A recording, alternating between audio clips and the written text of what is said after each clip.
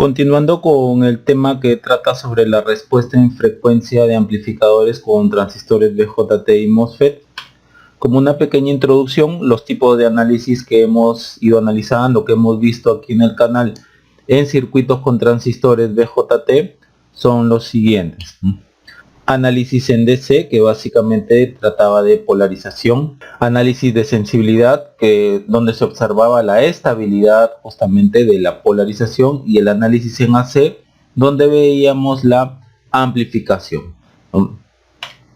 En el análisis en DC, por ejemplo, teníamos esto de acá, que es un que yo le llamo un circuito completo, donde para trabajarlo, primeramente hacíamos que los capacitores estén en circuito abierto y que la fuente de señal, esta fuente de señal de aquí, esté en cortocircuito, o sea, esté en off. Por lo tanto, tendríamos un circuito como el mostrado. Y a partir de ese circuito, suponíamos que el transistor BJT estaba encendido y que estaba polarizado en la región activa, ¿no? Y calculábamos la corriente base, la corriente colector y los voltajes de la base, del colector y del emisor. Y posteriormente veíamos si es que efectivamente la suposición de que el transistor BJT esté en la región activa haya sido verdadera. Con ello calculábamos el punto de operación o punto Q. En cuanto al análisis de sensibilidad, allí se analizaba el impacto de la variación de algunos parámetros en la corriente de colector. Por ejemplo, el impacto que había de la corriente ICBO, del voltaje base emisor, ¿no?, en la corriente colector. Estos dos varían mucho con respecto a la temperatura. Asimismo, el impacto de la variación del beta, el impacto de la variación de acá de la tensión de polarización, de acá de este VCC, y por ejemplo, el impacto de la variación, ¿no?, por tolerancias, ¿no?, de estas resistencias, ¿no? Todas estas variaciones, ¿no?, iban a tener el impacto aquí en la corriente de colector. Entonces, el análisis de sensibilidad trataba de ver todas estas variaciones y qué tanto impacta aquí en la corriente colector. En el análisis en pequeña señal, análisis en AC, volvemos por ejemplo a nuestro circuito completo y lo analizábamos de la siguiente manera. Los capacitores van a estar en cortocircuito, ¿no? Estos capacitores van a estar en cortocircuito, ¿no? Las fuentes de tensión van a estar en off, las fuentes de corriente van a estar en off, también en circuito abierto, ¿no? Y con ello tendríamos el siguiente circuito. Y ahí nos damos cuenta que esta resistencia está en paralelo con esta resistencia está en paralelo con esta, y este cortocircuito de aquí, debido a que hemos cortocircuitado el capacitor de acá, iba a desacoplar esta resistencia. Entonces el circuito nos quedaba de la siguiente forma. Entonces, el modelo que usamos del transistor BJT para su análisis en pequeña señal era el mostrado tanto para NPN como para PNP. Entonces, con los parámetros en pequeña señal, ¿no?, del BJT polarizado en la región activa, tales como la transconductancia que se hallaba con la corriente colector entre el potencial termodinámico, podíamos calcular, por ejemplo, los otros parámetros en pequeña señal. La RE, que es aproximadamente la inversa de la transconductancia, y el RP, que es aproximadamente beta veces RE. Noten ustedes que estos parámetros en pequeña señal dependen de la corriente colector que se calculó, ¿no?, en el análisis en DC. Con ello, ya podíamos calcular la ganancia de tensión o la ganancia de corriente, ¿no?, la resistencia de entrada, la resistencia de salida del amplificador. Y todo ello va a estar, estas ganancias, esta resistencia de entrada, esta resistencia de salida, van a estar en función de los parámetros en pequeña señal. Comentarios similares para circuitos con MOSFET, es decir, si acá cambiamos un transistor bipolar por un MOSFET, ¿no?, se hacía el mismo flujo de análisis. ¿Okay? Bien. Otro tipo de análisis que vamos a ver hoy día es el es la respuesta en frecuencia, y para ello tomemos la siguiente función de transferencia. Es una función de transferencia general, ¿no? Hay que observar que las raíces del polinomio del denominador, ¿no?, son los polos, y las raíces del polinomio del numerador son los ceros. En los circuitos, el origen de los polos y los ceros, ¿no?, dependen de los inductores y capacitores, ¿ok?, o elementos reactivos. Ahora vamos a observar el siguiente diagrama en función de la frecuencia. Observen aquí el eje de la frecuencia y observen esta línea de acá, a la cual yo le he llamado ganancia en banda plana. Observen cómo esta línea de acá es constante en todo este intervalo de frecuencia. Entonces, cuando nosotros hemos analizado a los amplificadores, ¿no?, aquí hemos obtenido su ganancia en banda plana, aquí en este intervalo de frecuencia, dado que allí es que usábamos, ¿no?, estos modelos de pequeña señal tanto en transistores bipolares como en transistores MOSFET. Es decir, todo nuestro análisis que correspondía a amplificación se ha centrado aquí en la banda plana, donde esta ganancia no varía con la frecuencia. Ahora, analizando un poco más, esa ganancia no puede mantenerse constante, ¿no? Y quienes son los responsables de esta variación de la ganancia tanto en baja frecuencia como en alta frecuencia son los polos y los ceros, ¿no? Noten ustedes que acá, en esta región de acá, ¿no?, que lo hemos llamado de baja frecuencia, la ganancia ya no es constante, y en esta región de acá, que lo hemos llamado alta frecuencia, la ganancia tampoco es constante. Entonces, dependiendo cómo se ubican los polos y los ceros, ¿no?, hacen que esta ganancia de aquí, esta línea roja, no sea constante. Y los polos y los ceros van a depender justamente de los elementos reactivos. Ahora, en nuestro estudio solo vamos a analizar a los capacitores que producen estos cambios de acá. Bien, entonces podemos plantear que quien ha producido esta variación de la ganancia, ¿no?, en baja frecuencia son los capacitores de baja frecuencia, cuyos valores están en los microfaradios. Asimismo, aquí también, ¿no?, podemos decir que quien ha producido esta variación de la ganancia en alta frecuencia son los capacitores de alta frecuencia, ¿no?, cuyos valores están en los picofaradios. Bien. Entonces, el estudio completo de la respuesta en frecuencia requiere conocer la ubicación de todos los polos y los ceros, pero este es un trabajo muy laborioso. En los circuitos que analizaremos, calcularemos algunos polos de la función de transferencia, ¿no? No vamos a calcular los ceros, sino algunos polos de la función de transferencia. Entonces, para ello vamos a detallar un poco más el gráfico anterior, ¿no? Acá está la banda plana. En el gráfico anterior esto tenía una caída así, ¿no?, y esta parte de alta frecuencia tenía una caída así. Acá ustedes ven un punto, ¿no?, y a partir de ese punto la caída se hace más vertiginosa, ¿no? Esto de acá lo habíamos conocido como gráfico de Bode. Este es un gráfico general a base banda, ¿no? Y esos puntos de acá, estos puntos de quiebre, ¿no?, ahí en esos puntos están estas frecuencias, ¿no? Frecuencia 1, frecuencia 2, frecuencia L, frecuencia H. Ahí están las frecuencias de los polos, ¿no?, de esos algunos polos de la función de transferencia. Entonces, nuestra tarea será calcular la ubicación del polo dominante en baja frecuencia, este FL de acá, y el polo dominante en alta frecuencia, este FH de acá. A ellos también se les denomina la frecuencia de menos 3 decibelios, ¿no?, la frecuencia donde la potencia de la señal se hace la mitad. Entonces vamos a calcular en los circuitos que vamos a analizar a continuación la FL a FH. No vamos a calcular el F1 o el F2. La FL es el quiebre más próximo a la banda plana por su lado izquierdo, donde la banda plana, y la FH es el quiebre más próximo a la banda plana por el lado derecho de esa misma banda plana.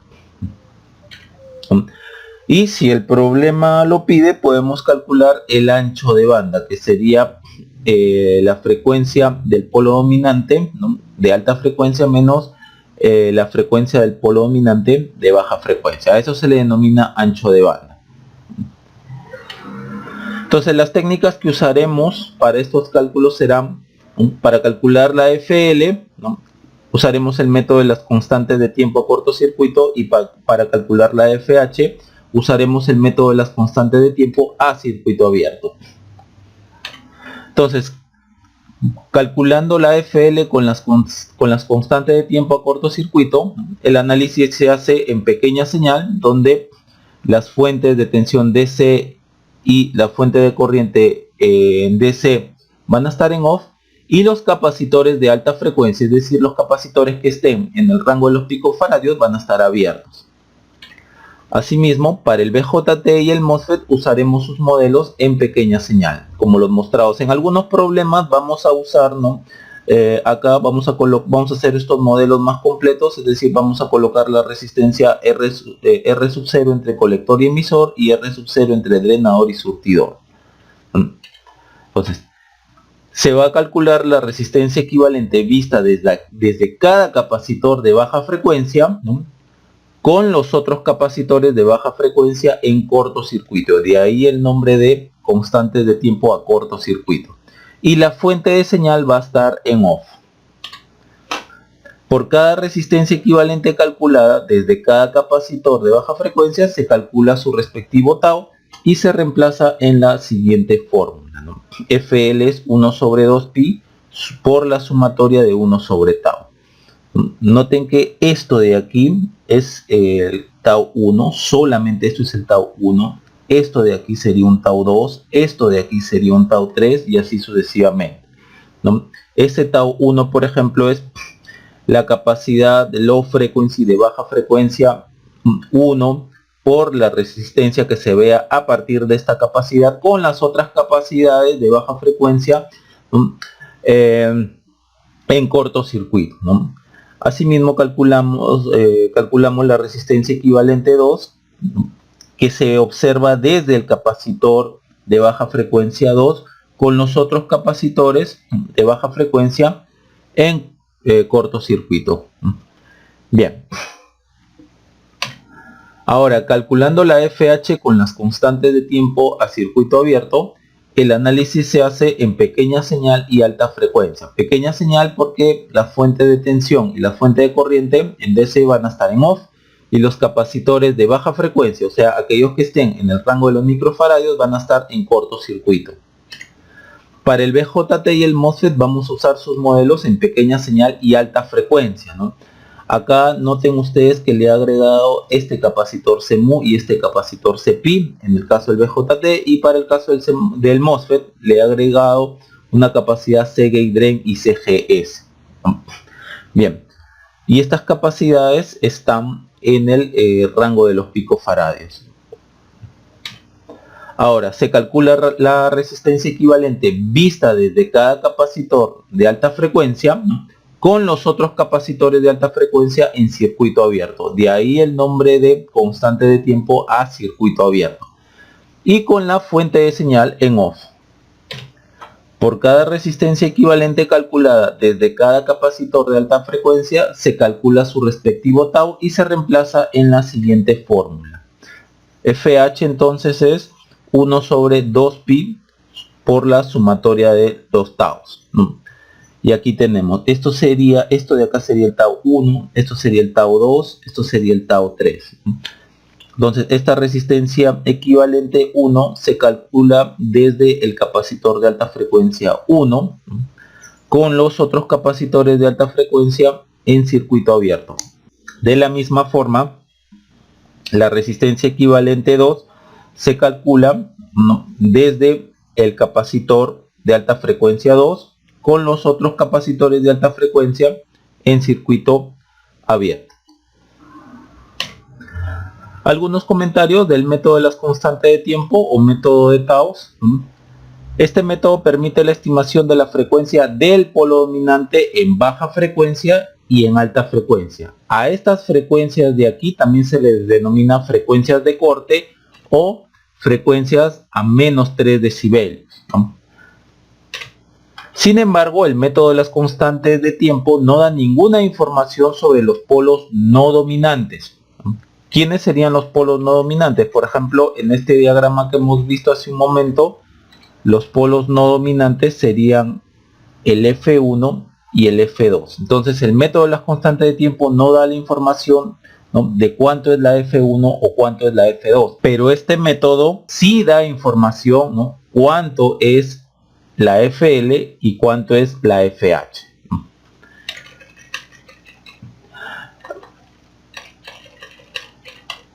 Otra forma de calcular el polo dominante en alta frecuencia de algunos circuitos en ciertas configuraciones es usando el teorema de Miller, ¿no?, que solo en un problema vamos a aplicar el teorema de Miller, ¿no?, como forma alternativa, ¿no?, como técnica alternativa al método de las constantes de tiempo.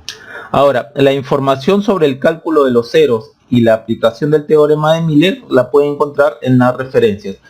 Aquí también el cálculo de los ceros lo hemos hecho en unos problemas, ¿ya? Sobre todo en los problemas de emisor común, ¿no? Ahí hemos visto cómo calcular los ceros. De igual forma, el teorema de Miller se presentará como una alternativa de cálculo de la FH cuando se analice el amplificador emisor común y se contrastará con respecto al método de las constantes de tiempo.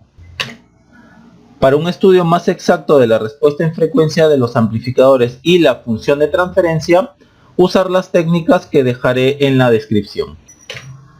En este grupo de videos veremos lo siguiente.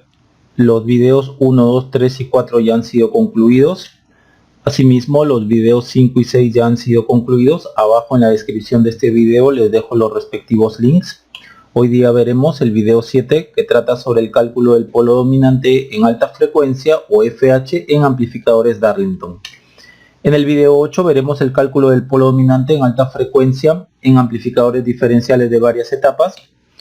En los videos 9, 10 y 11 veremos el cálculo del polo dominante en alta frecuencia en amplificadores con carga activa. Como siempre, en todos estos videos se hará énfasis en el análisis por simple inspección. Y estas son las referencias que he usado en la confección de estos videos. Bien, vamos entonces hacia ese objetivo. Bien, vamos a comenzar con este problema. Nos piden hallar la frecuencia de corte en alta frecuencia de este circuito, ¿no?, con beta igual a 100. No se muestran aquí los detalles de polarización, pero nos están dando acá los parámetros en pequeña señal y lo que vamos a necesitar para el análisis en alta frecuencia, ¿no? Entonces comencemos. Como siempre, analizamos en pequeña señal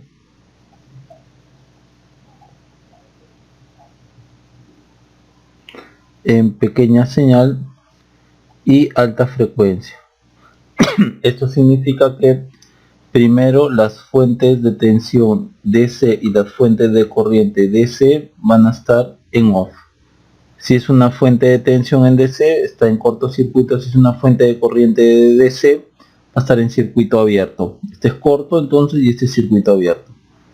Y en alta frecuencia significará que los capacitores de baja frecuencia, de low frequency, aquellos que están en el rango de los microfaradios, estarán en cortocircuito. Bien, nos va a quedar un circuito igual, ¿no?, dado que así como está, acá, mejor dicho, acá va a haber el cambio, dado que esta fuente, ¿no?, este BCC, en realidad esta flecha representa esta fuente de acá, BCC, y es positiva, ¿no?, positivo con respecto a la referencia. Que yo diga que está en off significa que está en corto. Entonces me quedará algo así. Por lo tanto, este punto, para el análisis en pequeña señal de alta frecuencia, este punto es tierra, ¿no?, por lo mismo que acabamos de ver acá. Bien, entonces tendríamos este circuito. Yo dibujo acá la flecha simplemente por manía, pero este punto es tierra. Acá está RC igual a 3K.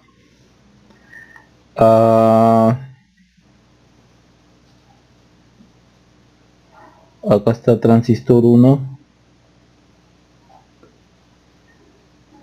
acá está el transistor 2, acá está el RS y acá está el BS. Y acá está el RS 100K.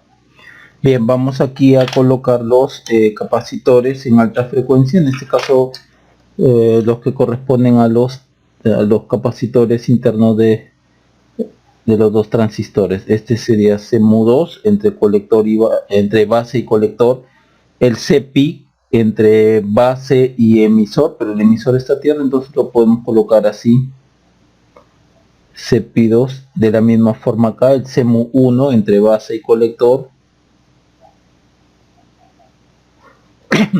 y el CPI1 entre base y emisor. Bien, entonces vamos a ver, acá no hay para simplificar algún capacitor, es decir, por ejemplo, no tengo esto así, supongamos, ¿no? Que por acá tenga un capacitor acá a tierra, capacitor 1, no tengo otro capacitor acá, ¿no? Entonces, si este es el mismo nodo, ¿no? Y este es tierra y este es tierra, entonces este es como si yo lo bajara acá, este es C1 y acá tendría un capacitor total.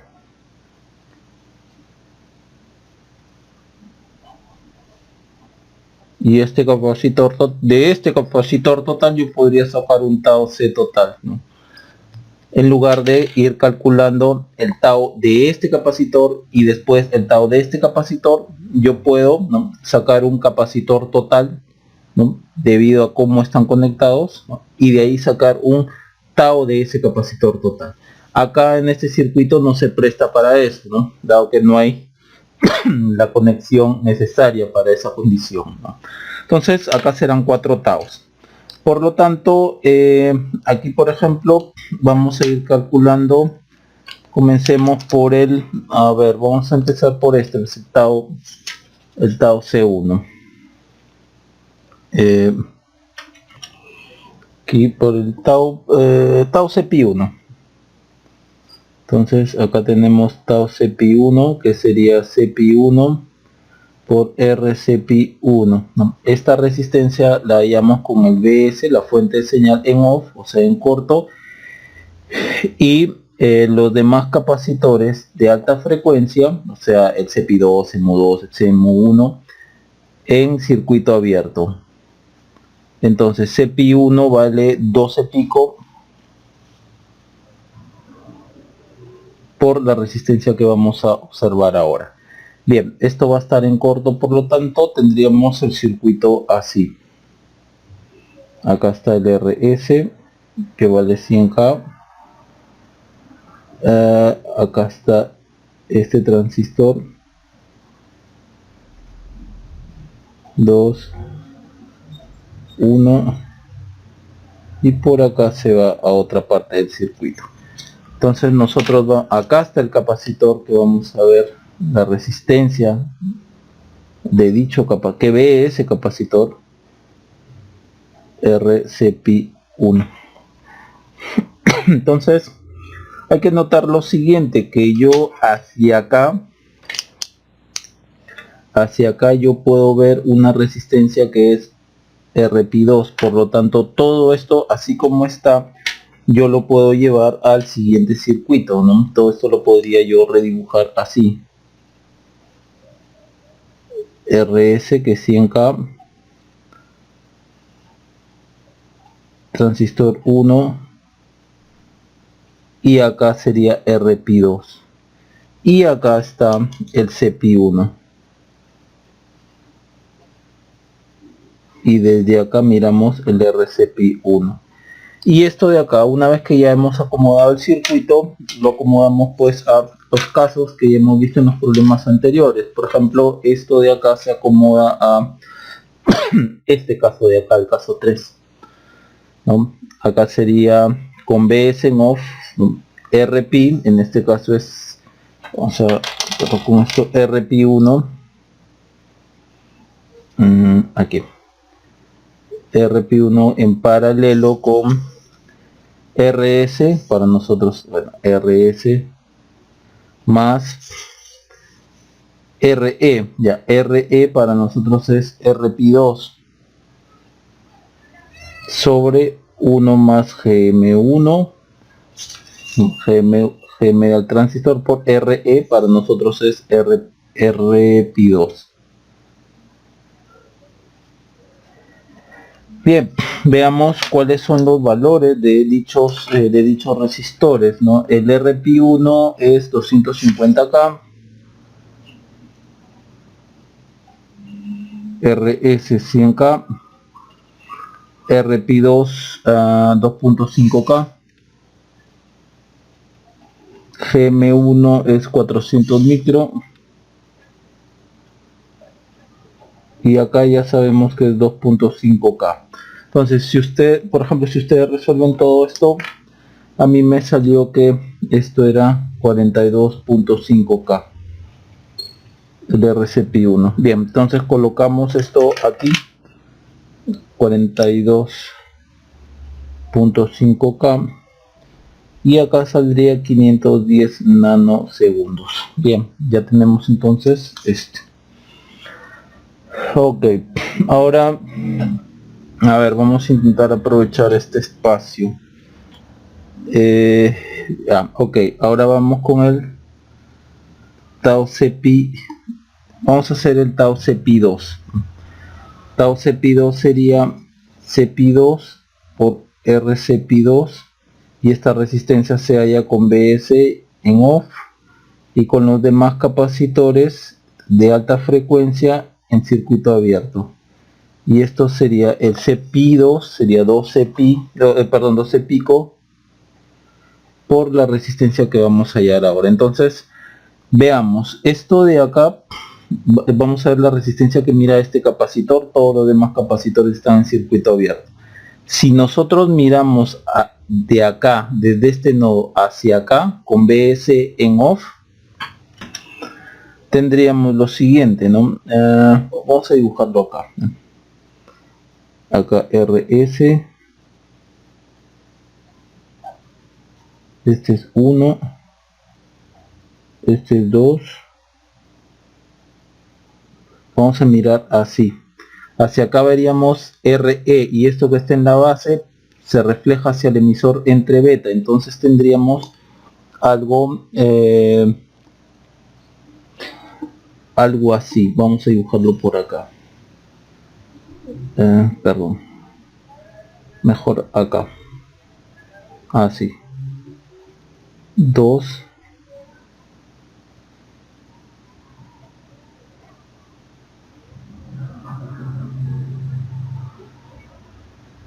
RS. Entonces, acá está el capacitor CP2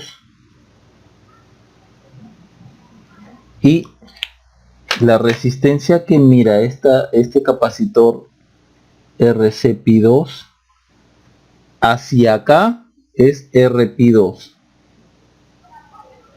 y hacia acá es la que les acabo de comentar, RE más RS sobre beta. Dado que estoy mirando del emisor, entonces esta resistencia que está en la base pasa hacia el emisor sobre beta, y esto debe estar en paralelo con RP2. Entonces acá sería RE1 más RS sobre beta. El RP2 nosotros ya lo tenemos. El RP2 es 2.5K. RE1 es 2.5K.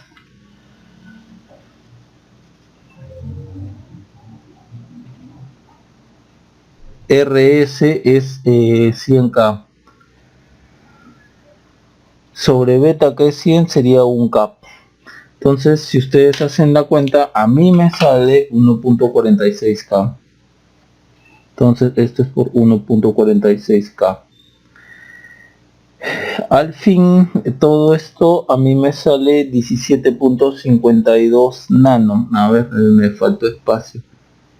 17.52 nanosegundos. Bien, ahí lo tenemos. Ahora vamos a ver el capacitor CMU2. Entonces trabajamos con dicho tau, el tau correspondiente CMU2, que sería CMU2 por RCMU2, BS en off, y los capacitores de alta frecuencia, los otros capacitores de alta frecuencia en circuito abierto. Circuito abierto.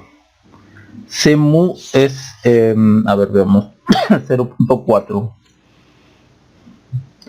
0.4 pico por la resistencia que vamos a obtener. Veamos de qué se trata.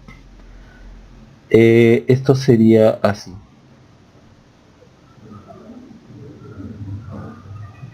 Este es 1.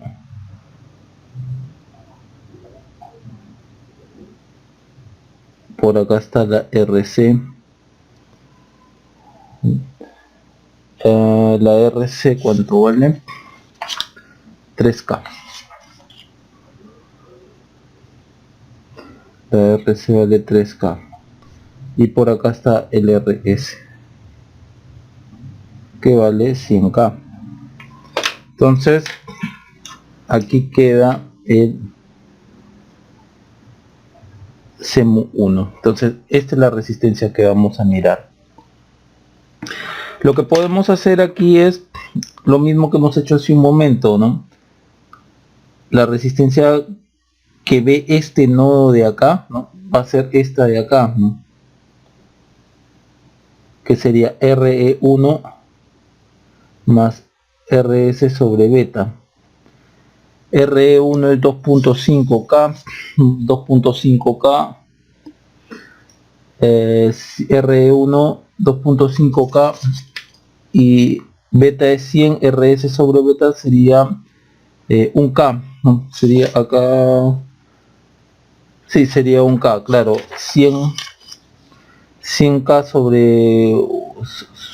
sobre 100 sería 1K, entonces esto sería 3.5K, 2.5K aquí, y todo esto de acá sería 1K.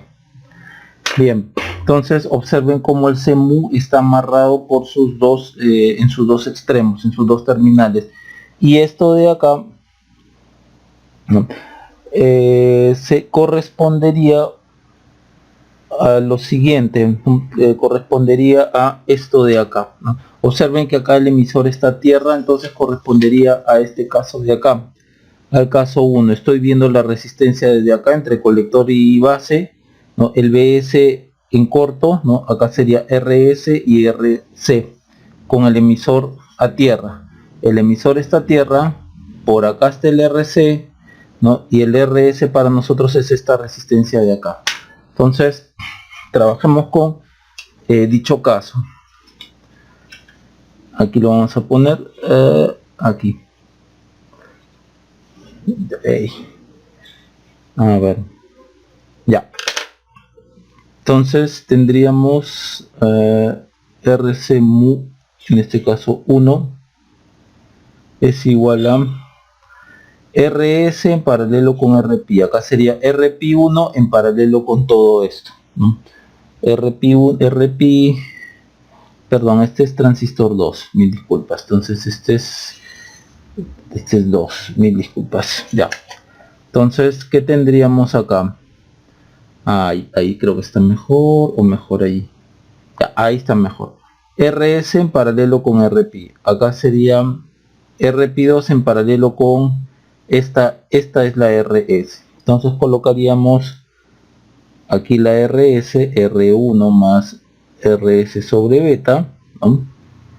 Todo esto de acá es como la RS de acá, en paralelo con RP2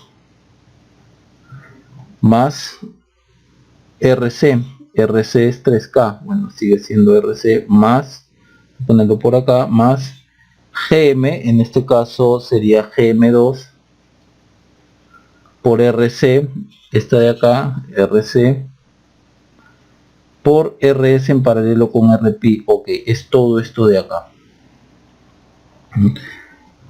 Esto de acá es RE1 más RS sobre beta en paralelo con RP2. Si ustedes hacen todas las cuentas, por ejemplo, Esta ya sabemos que es 2.5K, ¿no? El RS 100K, el RP2 es 2.5K, el RC es 3K, el GM2, si no me equivoco, a ver, vamos a ver, GM2, ¿cuánto es? 40 mili, y el resto ya lo sabemos. Si es que ustedes hacen la cuenta, a mí por ejemplo me resulta aproximadamente 180K. Entonces esto es lo que ponemos acá, 180K, y al final nos quedaría 72 nanosegundos. Bien, ahora he dejado aquí para el último el CEMU1, porque acá vamos a tener que trabajar un poquito más. Vamos a entonces trabajar con tau CEMU1, que sería CEMU1 por RCEMU1, ok, donde el RCEMU1 se ve con el BS en off, la fuente de señal en off, y los demás capacitores de alta frecuencia en circuito abierto. El CEMU vale 0.4 pico por la resistencia que vamos a observar ahora. Entonces coloquemos lo que tenemos, RS 100K, tendríamos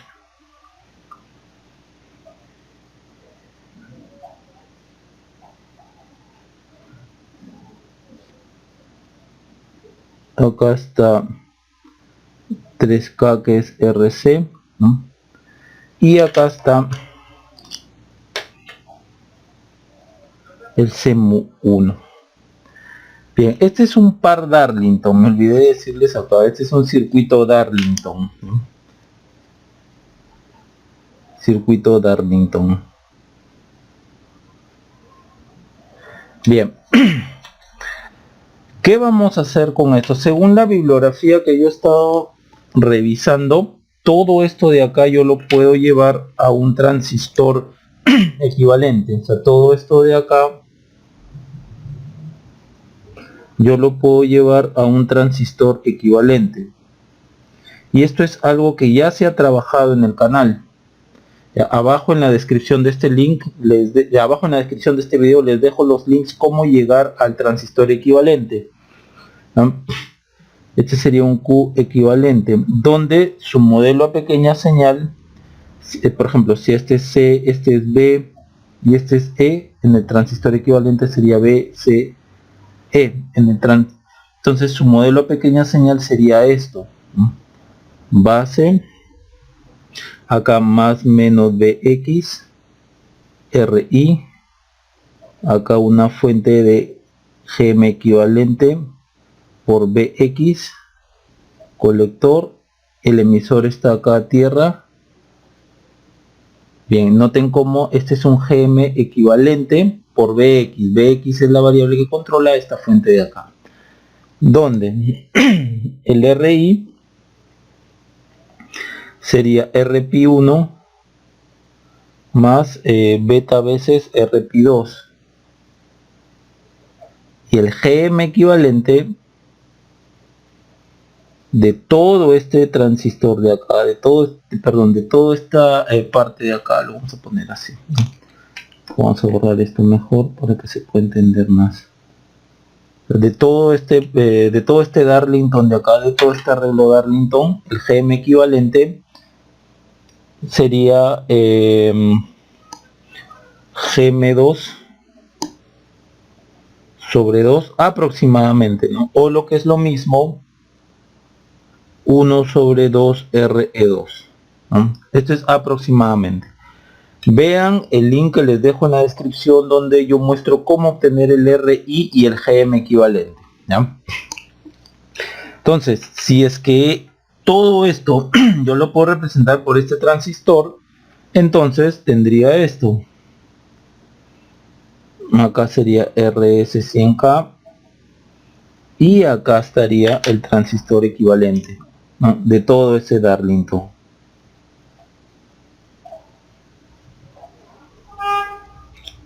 Acá pondríamos el RC igual a 3K. Este es el transistor equivalente. Y acá estaría nuestro CMOS. Y desde acá vamos a ver perdón, la resistencia. Y mucho más fácil, aquí nosotros podemos aplicar uno de los casos, por ejemplo aquí el caso 1, ¿no? que está viendo la resistencia entre base y colector. El emisor está a tierra, el emisor está a tierra, BS en off, ¿no? RS, RS, RC, RC. Entonces está todo listo para aplicarse esta fórmula de acá. No hay que olvidar que hacia acá no se ve RP, sino acá se ve un RI. Por lo tanto, aplicamos esta fórmula de acá, ¿no? Acomodamos a este nuevo contexto, sería RCMU1, RS en paralelo con RI. Acá sería efectivamente RS en paralelo con RI, ¿no? RI más RC más GM, entonces es GM equivalente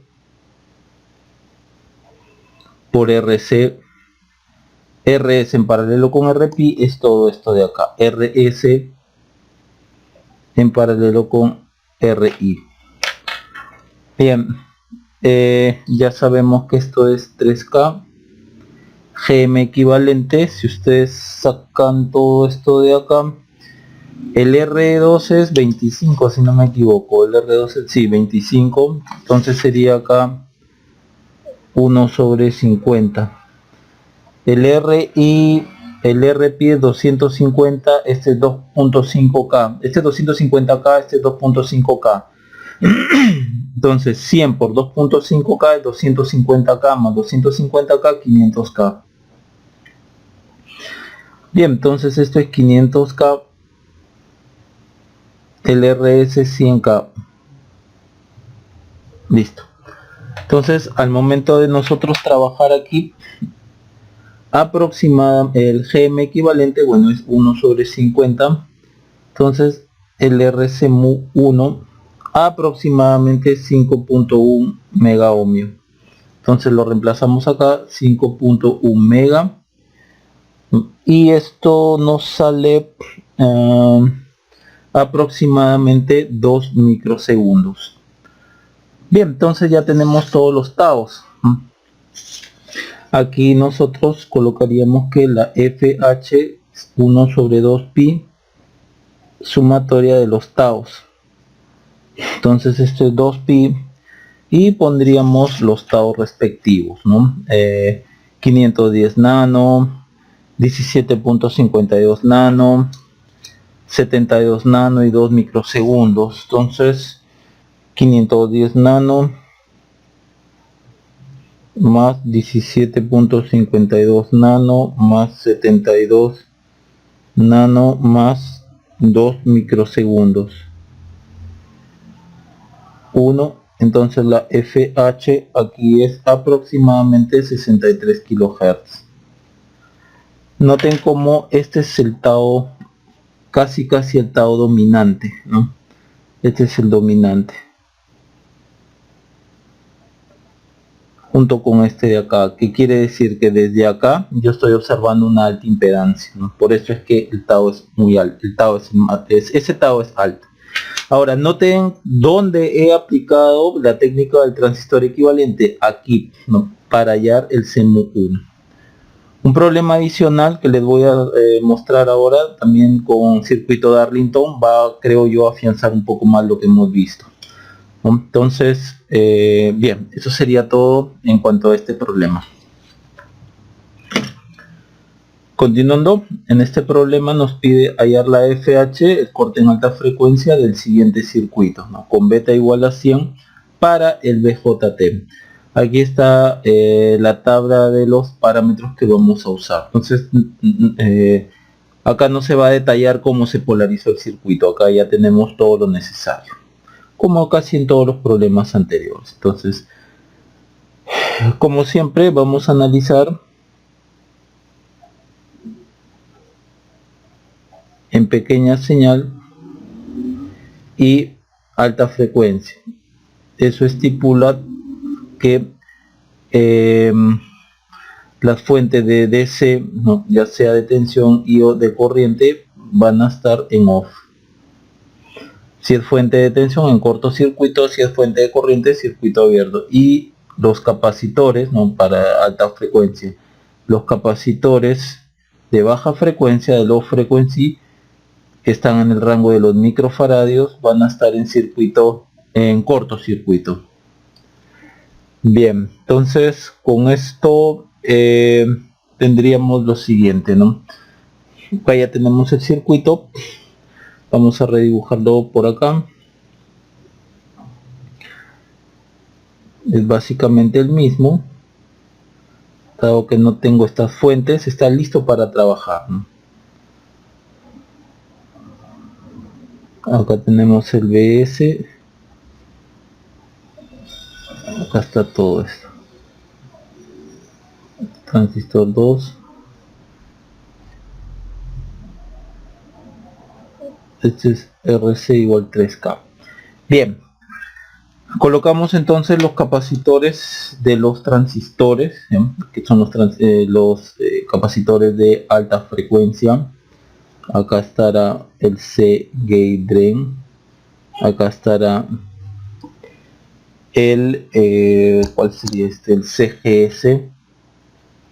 Acá estará el CMU y acá estará el CPI. CGS entre puerta y surtidor, C-gate drain entre puerta y drenador, CMU entre base y colector, CPI entre base y emisor. Ojo, estos no necesariamente son los únicos capacitores de alta frecuencia, porque nosotros podríamos tener un circuito, como lo hemos visto en algún problema, por ejemplo así, supongamos acá esté un RL y por acá ponemos un capacitor C que valga un pico. Este capacitor también es de alta frecuencia, entonces este es el que tiene que acá. Si hubiesen puesto un capacitor de un pico, tendríamos que colocarlo acá, porque eso va a entrar como parte del análisis, ya que estamos trabajando en alta frecuencia. Los capacitores de alta frecuencia entonces son los que están en el rango de los picofaradios. Bien, dicho esto, son cuatro capacitores que no se pueden reducir entre sí. Algo de esto habíamos visto en el problema anterior, es decir, no tenemos ahí ningún capacitor, no tenemos algunos capacitores que, por ejemplo, tengamos un nodo. Si acá tenemos capacitor 1 tierra, acá tenemos capacitor 2 tierra, el análisis normal sería que acá calculo el tau referente a este, calculo el tau referente a este, y sumo los taus. Pero debido a que este es el mismo punto, este es tierra, entonces yo desde este punto a tierra puedo tener un capacitor total que es igual a C1 más C2, y de este capacitor total yo puedo calcular el tau C total. Me da lo mismo trabajar con un capacitor total que capacitor por capacitor, si es que se presente este caso donde yo pueda reducir los capacitores. En este problema no se está presentando ese caso de reducción de capacitores, de que yo pueda reducir capacitores en paralelo, a un solo capacitor. Acá vamos a tener que trabajar capacitor por capacitor, tau por tau. Entonces vamos a comenzar por el tau CGS. Bien, me olvidaba, esto de acá también es un Darlington, todo esto es un Darlington. Bien, tau CGS sería CGS por RCGS, donde el esta resistencia la calculamos con BS en off, la fuente de señal en off, y los otros capacitores de alta frecuencia, o sea, CGD, CPI, CPI, CMU, van a estar en circuito abierto.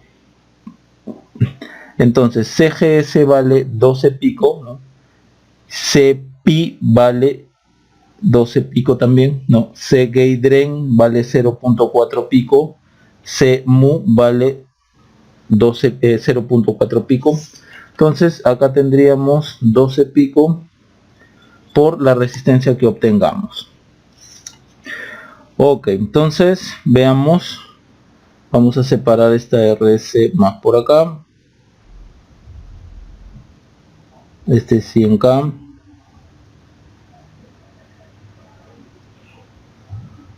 por acá vendría esto, este es RE,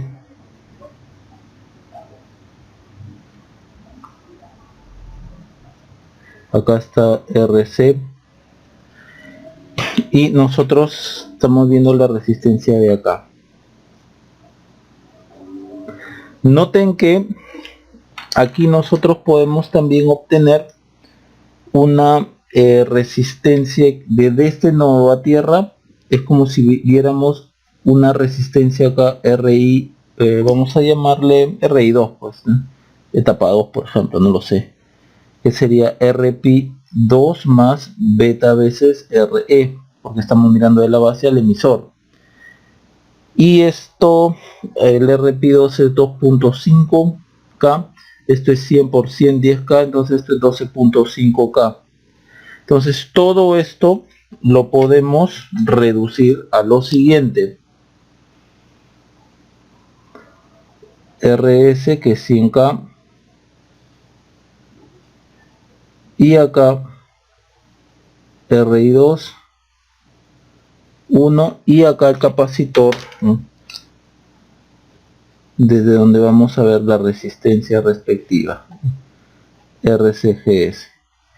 Y esto de acá corresponde, ¿no?, dentro de los casos que hemos estado viendo, a este de acá, solo que nosotros estamos trabajando con MOS. Este es un BJT, con BS en off sería RP. El RP en un MOS es infinito, no es que exista RP en el MOS, sino que su equivalente sería infinito. Todo infinito en paralelo con algo, me queda este algo de acá, RS más RE. Entonces acá sería RS más RI2, ¿no?, más esto, sobre 1 más GM1, que es el GM del MOS, por RE. Para nosotros el RE es igual al RI2. El RS es 100K, el RI2 es 12.5K, el GM1 es 400 microampere volt, el RI2 ya sabemos que es 12.5K. Y todo esto a mí me sale 18.75K. Bien, 18.75K. Bien, entonces eso es lo que nosotros colocamos acá, 18.75K. Tendríamos que esto es TGS, a ver cuánto sería, 12 pico, 15 menos 12 por 18.75, 225 nanosegundos. Bien, ya tenemos este. Ahora, para mayor facilidad, podemos trabajar el CPI. Vamos a, el CPI de acá, vamos con su tau respectivo. Tau CPI sería CPI por RCPI, y esta resistencia la hallamos con BS en off. Y los capacitores de alta frecuencia, los otros capacitores de alta frecuencia en circuito abierto, y el CPI es 12 pico, sí, 12 pico por la resistencia que vamos a hallar a continuación, ¿no? Esta vamos a ver la resistencia que ve este capacitor. Bien, dibujemos primero esta parte de aquí del circuito. Acá RE2, y si miramos hacia allá, ¿no?, solamente vamos a ver el RM de acá. El RS no puede llegar hacia el surtidor porque no hay factor de reflexión como en el BJT. El factor de reflexión es el beta, ¿no? Que va a reflejar del emisor hacia la base o de la base hacia el emisor. Acá simplemente sería RE1, perdón, RM1. Entonces tendríamos este circuito así. El RM vale 2.5K. Y acá esto se iría para allá. Y acá está el CPI 2 y de acá nosotros miraríamos. Por lo tanto, el RCPI2, ¿no?, de acuerdo a nuestros casos, sería este de acá, con BS en off. RPI, RPI2,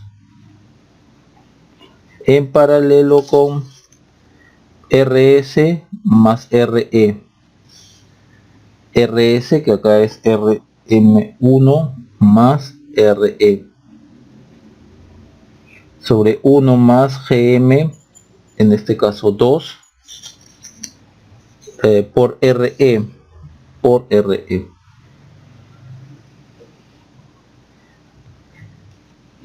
Ya sabemos que este de acá, el RPI2 es 2.5K, el RM es 2.5K, el RE100, el GM2, todo lo estoy sacando de acá, ¿no? El GM es 40 mili, el RE es 100 ohmios, 40 mili, y este de acá es 100 ohmios. Si ustedes hacen toda la cuenta, a mí me sale aproximadamente 430.5, y eso es lo que colocamos aquí, 430.5. y al final, a la hora de trabajar esto, a ver, 430.5 por 12 exponencial menos 12, 5.17 nanosegundos. Bien, ok, ahora ya hemos calculado esta, vamos a calcular el tau referente a este CMU. Por lo tanto, tau CMU es igual a CMU por RCMU con BS en off, y los otros capacitores de alta frecuencia van a estar en circuito abierto. Ahora, el CMU vale 0.4, ¿no? 0.4 pico. 0.4 pico por la resistencia, ¿no?, que obtengamos ahora. Vamos a ver entonces desde acá. Más o menos va a ser este mismo circuito el que vamos a usar para obtener, o casi el mismo, porque acá faltaría colocarle la RC. Acá estaría el RCMU, perdón, el CMU.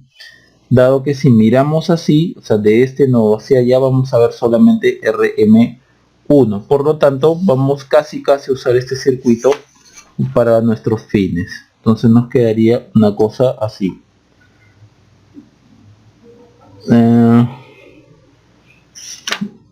RE por acá. Este es transistor 2. Acá RM, que es 2.5K. Y por acá estaría el RC, que es 3K. Y acá está el CMU2.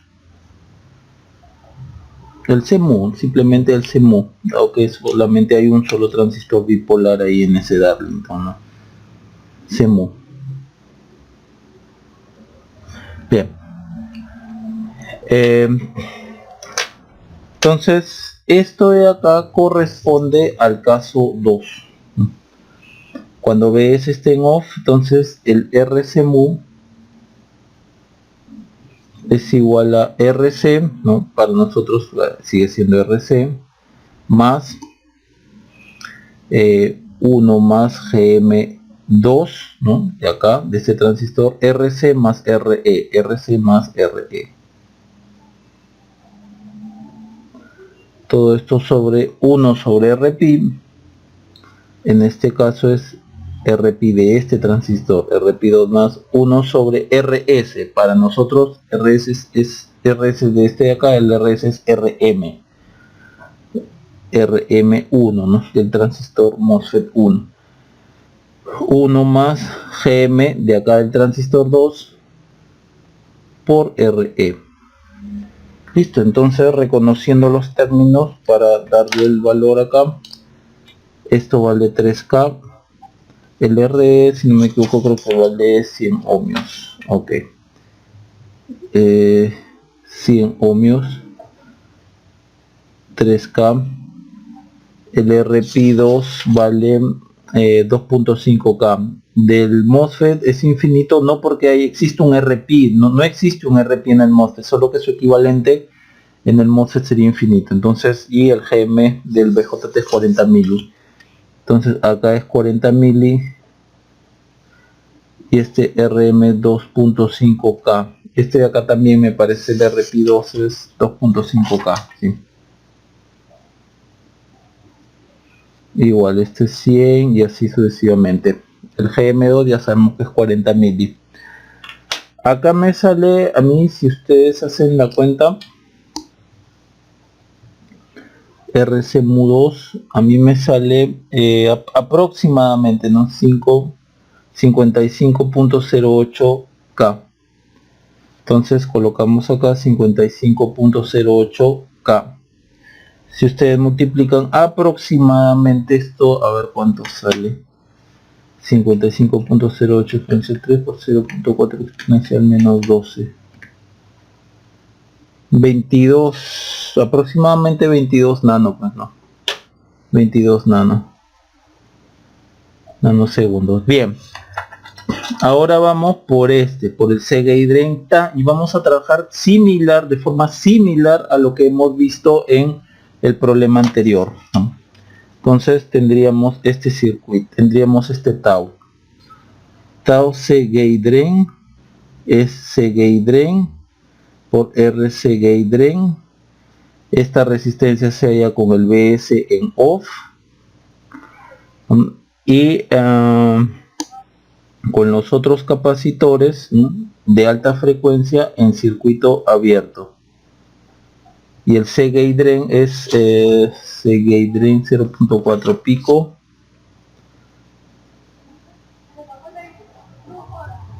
por la resistencia, ¿no?, que vamos a obtener ahora. Entonces el circuito es este de aquí. El circuito es este. Acá está el RS1. Este es el RE. Este es 2. Y acá está el RC. Este es 3K. Este es 100, si no me equivoco. Sí, 100K. Y este es 100 ohmios. Bien. Nosotros lo que vamos a hacer es lo mismo que el problema anterior. A todo esto de acá, vamos a trabajarlo con un transistor equivalente. O como un transistor equivalente.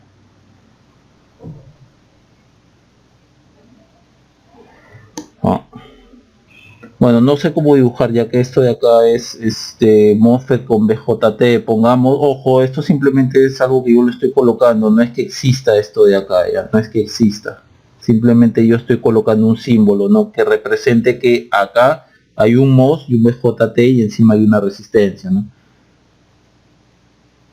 Bien, esto no es que exista o bueno, póngale algo así, pues, ¿no? Póngale algo así, ya, póngale algo así. Ya, esto para lo que estamos trabajando significa todo esto de acá, ¿ya? No es que existe este dispositivo, ustedes lo van a encontrar en algún sitio. Y por acá va a estar, vamos a poner todo por acá así. Por acá RS igual a 100K, y por acá está el RC igual a 3K, y acá está, como de acá para acá estaba el capacitor el CMU, el C gate drain. El C gate drain ahora está acá, pues, ¿no? Y vamos a mirar así, ¿no? Okay, entre este y este nodo de acá estaba, o está el C gate drain. Entonces todo esto lo he transformado a esto de acá, a este transistor equivalente. Bien, esta transformación a transistor equivalente lo hemos visto ya en el canal, lo hemos trabajado, en el problema anterior lo hemos trabajado también, así que abajo en la descripción de este video les dejo los links respectivos cómo llegar a este transistor equivalente, donde esto, así como está su representación en pequeña señal, por ejemplo, esto que sea X, Y, Z, ¿no? Supongamos, ¿no? X sería así, GM equivalente BX, Y, Z está a tierra, y acá estaría BX, la tensión que controla esta fuente, donde la resistencia de entrada, o sea, esta, mirando hacia allá, sería infinito, pues porque estamos viendo acá, ¿no? Y acá entre este y este punto está abierto, entonces no hay forma de reflejar esto para acá, y si esto está abierto, entonces RI infinito, y el GM equivalente muy aproximadamente sería 1 sobre R2, o perdón, RM1 sobre beta más RE2 más RE. Esto sería el GM equivalente. Bien. Y con eso ya tendría todo, porque esto de acá, así como está, corresponde a este caso de aquí. Entonces solamente restaría reemplazar, ¿no? Entonces veamos. Entonces RC gate drain, solo que esto es para un BJT, este es para un BJT, entonces nosotros vamos a adecuar este resultado que es para un BJT con este resultado, con todo esto de acá que es un transistor equivalente. Entonces veamos, RC gate drain sería RS en paralelo con RP. Ok, RS lo tenemos acá. RP para nosotros es la RI de acá, la R de entrada, ¿no? Y la R de entrada es infinito, entonces solo nos quedaría RS. Más RC, ok, más RC,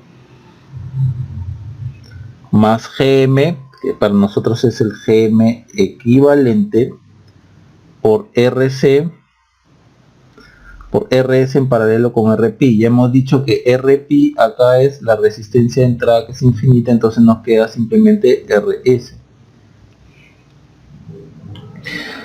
Noten que aquí este RM es 2.5K entre 100, a ver, 2.5K entre 100, 25, RE 25, 50, RE de, perdón, todo esto es 25, esto es 25 y esto es 100, entonces sería acá 1 sobre 150. RS, por lo tanto, ya tenemos que es 100K, RC es 3K, GM equivalente es 1 sobre 150, RC es 3K, RS es 100K. Si ustedes hacen toda la cuenta, a mí me sale 2.1 mega, y eso es lo que ustedes colocarían acá. 2.1 mega. Y si ustedes hacen los cálculos, a mí me sale, a ver, 800, a ver, 0.4 pico por 2.1 exponencial 6, 840 nano, sí, 840 nano, 2.1 mega, sí, 840 nano. Bien, ya tenemos entonces esto. Recuerden, lo que hice acá, esto de acá, ustedes pueden ver, o sea, esta obtención de todo esto, ustedes lo pueden ver en los links que les dejo a continuación. Donde he encontrado la forma de trabajar para hallar la resistencia que ve este capacitor de acá cuando hay un Darlington. Ya eso lo he encontrado en el libro del Gray Meyer, ¿no? Bien, entonces simplemente nos resta el FH 2pi sumatoria de los taos. Sería 2pi, sumamos los taos, 225 nano más 5.17 nano más 22 nano más 840 nano. Miren cómo este es mayor. Bueno, no puedo decir que este es el dominante, ¿no? Porque no le lleva 10 no es más de 10 veces los otros, ¿no? Acá no hay problema, pero con respecto a este no. Entonces, a mí aproximadamente me sale 146 kilohertz. Bien. Ahora les voy a dar un detalle aquí hasta para calcular el transistor equivalente, que fue lo que hice. Primero lo calculé así, ¿no? Sin el RE. Y cuando se requiere calcular el GM equivalente es con la salida a cortocircuito. Entonces yo tengo que hallar la relación de I0 sobre BI. Bueno, acá está el circuito en pequeña señal. Hice todo el cálculo, ¿no? De corrientes en el nodo C, ¿no? Y llegué a que el I sub 0 es igual a esto, y ley de voltajes por acá, ¿no? Hasta que uno llega a calcular el GM equivalente, que es I sub 0, que es la corriente, ¿no?, a cortocircuito aquí en la salida sobre B sub I, y me salió esto de acá. Bien, con resistencia de entrada infinito y resistencia de salida infinito tengo esto, pero esto es sin RE. ¿Ya? Ahora le agregamos el RE, y como yo ya tengo todo esto de acá, que es esto, le agregamos simplemente el RE de acá y calculamos nuevamente la relación de I sub 0 sobre B sub I, y la misma idea. Entonces el GM total a mí me sale esto, donde el GM equivalente ya lo tengo de acá. Entonces si reemplazo, me va a salir todo esto. Entonces todo esto de acá, su modelo en pequeña señal sería esto. Bien, revisen los links que les dejo, ahí van a observar cómo calcular mucho más detalladamente, ¿no?, la transconductancia equivalente, cómo lo llevamos todo a un transistor equivalente, y miren dónde nos está ayudando, aquí. Bien, eso sería todo entonces en cuanto a los Darlington.